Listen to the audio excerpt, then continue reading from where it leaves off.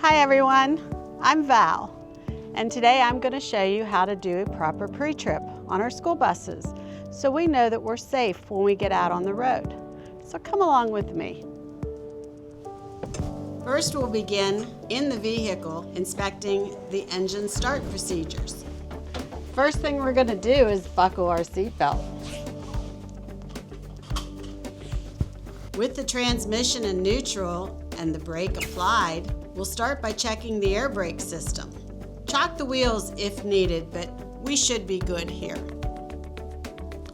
Turn the key to the run position, starting the bus. Confirm that the air gauge is working and that air is building up properly. Our tanks are close to 120 psi, so they're full. I'll tell the examiner the exact number.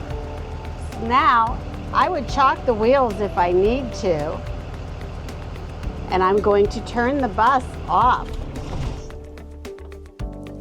Turning the key one click to the accessory position, release the parking brake, and step firmly on the brake pedal and hold it down. I'll hold it for a full minute. Air pressure shouldn't drop more than 3 psi. I'll report whether it held steady or if there was any loss. We'll continue by checking the low air pressure warning test. We're going to fan the brake pedal by pumping the brakes without restarting the bus. The warning should activate before the pressure drops below 55 psi. I'll continue fanning the brakes until the parking brake pops between 20 and 45 psi. I'll note the exact PSI when that happens. And there it did. Now we'll start the bus back up and build pressure till we hear the governor kick off. With full tanks, we'll now put the bus in drive and apply some gas to make sure that the parking brake holds us. If the bus doesn't move, the brake's working properly. Now we'll test our service brake on the floor. With our foot on the brake pedal, we'll release the parking brake. We'll pull forward 5 miles per hour, not holding on to the steering wheel, and stop within 10 feet. The bus shouldn't pull to one side or feel loose in the steering. Once stopped, I'll set the parking brake and shift it to neutral. With the bus running, we'll check the indicators and driver controls. The light indicators, which would be your amber light indicator and your red light indicator. Your ABS light should only light when the bus is started. Check your left and right turn signals.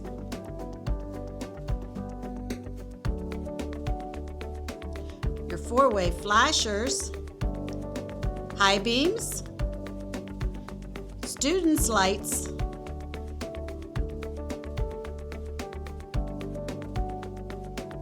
the stop arm and safety arm to make sure they extend.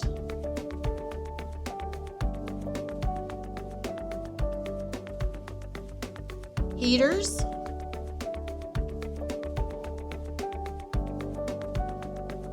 fans,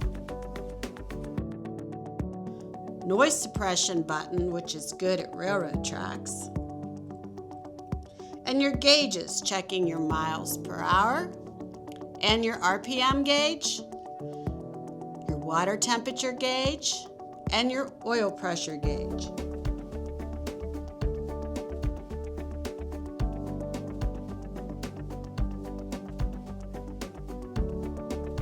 We'll continue checking our emergency equipment to make sure we'll be safe. Fire extinguisher should be charged in the green. The pin is firmly in and it is securely anchored. You'll have 3 reflective triangles in a box either at the front of your bus or at the rear of the bus behind your back seat. First aid kit is present and sealed. Body fluid cleanup kit is present and sealed. Crowbar should be anchored near the driver, and seatbelt cutter near the driver. We'll move on to visibility and safety with our windshield to make sure that it's clean and clear and no cracks. Make sure you can see properly out of the mirrors by them being adjusted for you and they're undamaged. If your bus was equipped with a backup camera, you would put it in reverse to make sure that it comes on. We're going to check our wiper blades and make sure that they are intact. We're going to spray washer fluid on the window and make sure that our wiper blades are clearing the window appropriately. You have proper inspection stickers. And we're going to tap the horn and make sure that it sounds. I'll ask the examiner to step outside as I activate my exterior lights. This will show my headlights working, high beam and low beam, my turn signals, four-ways, brake lights, clearance lights, tail lights, strobe light if equipped, 8-way light system, and the stop arm extended and flashing red. He'll then return to the passenger compartment and will continue by walking the aisle to check the seats and cushions. We'll check the seat bottoms going back. We'll make sure we point out all our emergency exits, but we're going to open one to show that the emergency alarm sounds.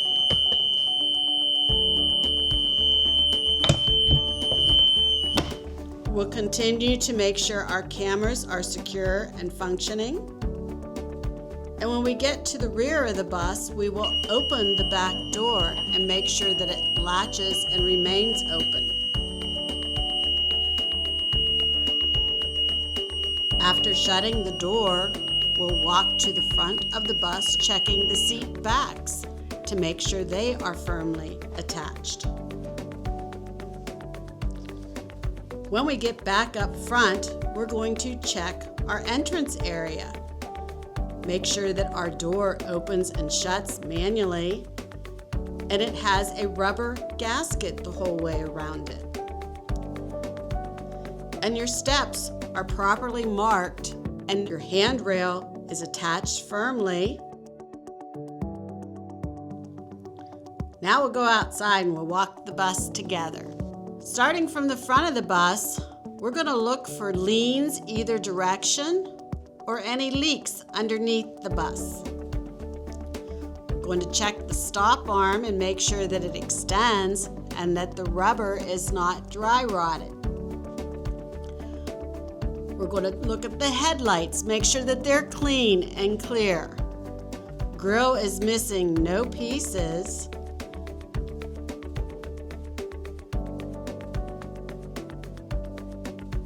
We'll begin under the hood inspection. We're going to look at our coolant level and make sure that it is at the cold mark because the bus has not been running. Our alternator is here. Copper wires are visible.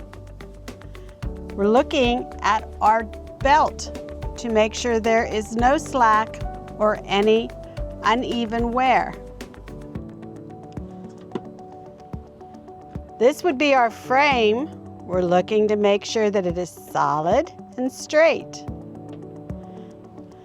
Our spring is mounted to this frame with spring mounts. It's mounted to the axle with U-bolts. And this would be our shock. Our air hose to our air canister has no visible leaks, and our brake shoes and brake drums would be inside the wheel.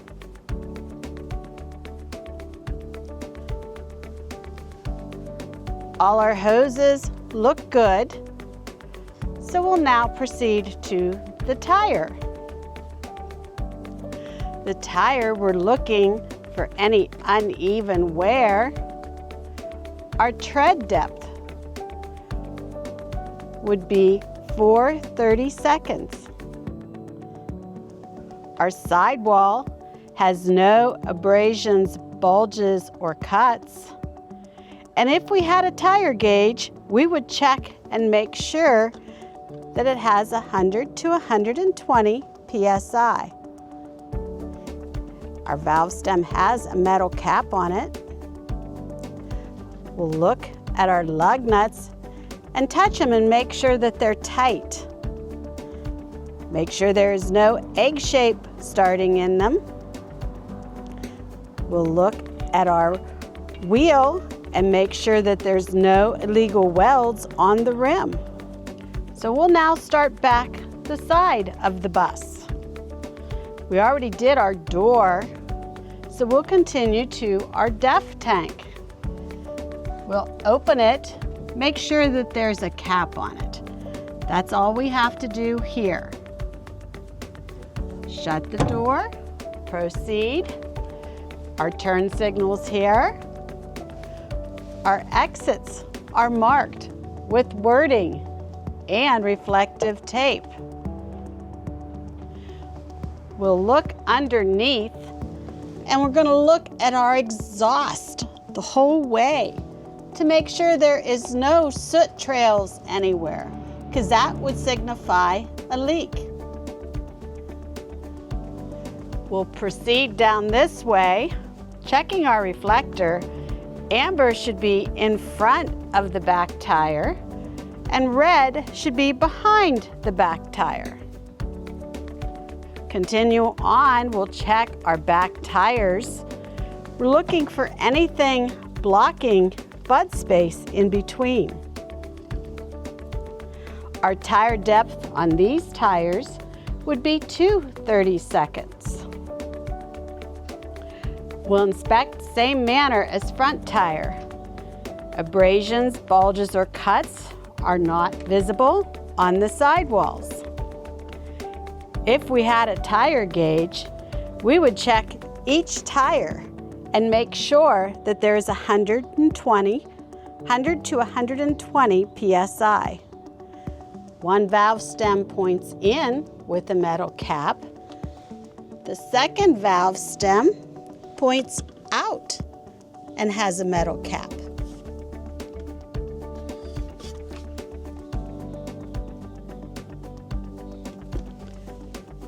We would touch all our lug nuts and check them, making sure they're tight and that there's no egg shape.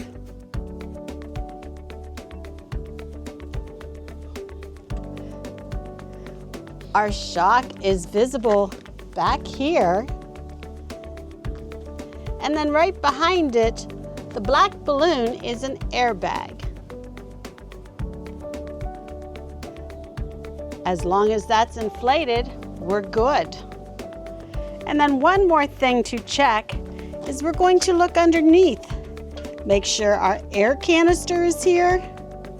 And also this is our spring with our spring mount attached to the frame that is still running the full length of the bus. Continuing around back, as we get to the fuel tank, it's very important to open it. Take your cap off and make sure that you have a rubber gasket inside to seal it tightly so no dangerous fumes can escape.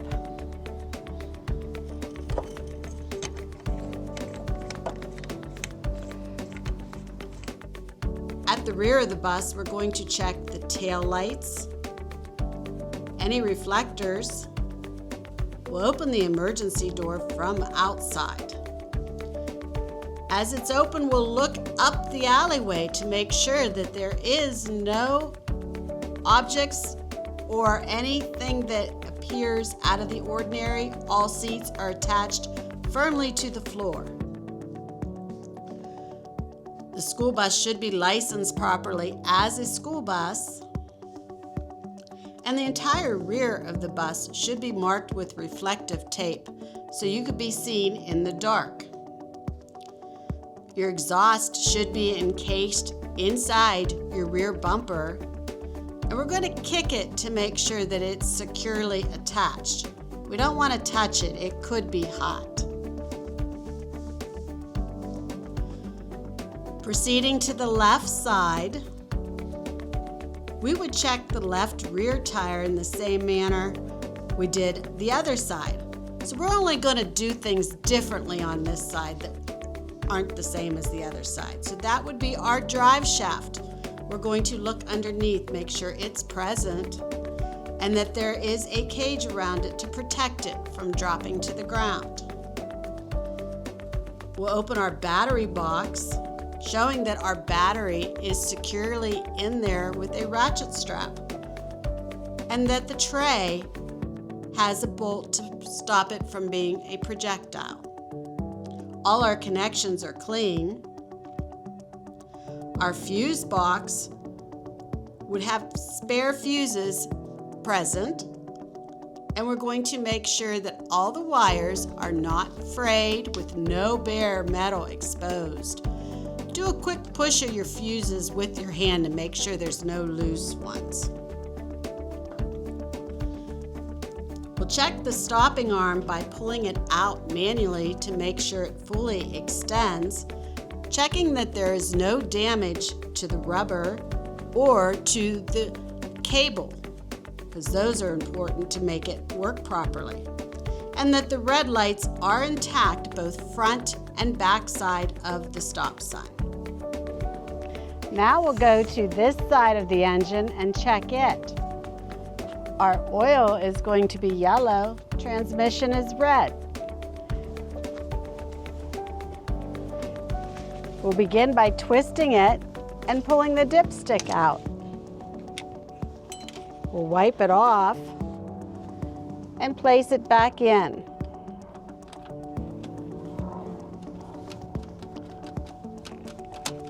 Insert it the whole way and pull back out. And we are at the full mark.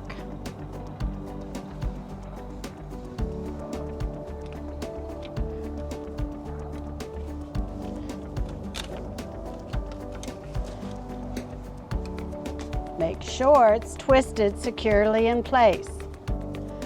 Lift the transmission stick, wipe it off, and place back in. Then pull back out for an accurate reading.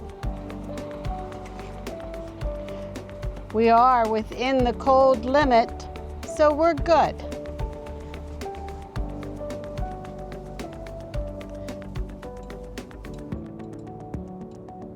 Place back in and make sure that we snap the cap down. We're going to look at our steering column to make sure that it's straight, our turning knuckles are greased, and it goes right up to the steering wheel for the driver. Our frame is here. This is going to be our air hose to our air canister, our shock absorber. Our leaf spring is mounted to the frame with spring mounts, and also to the axle with U-bolts. This is our gearbox.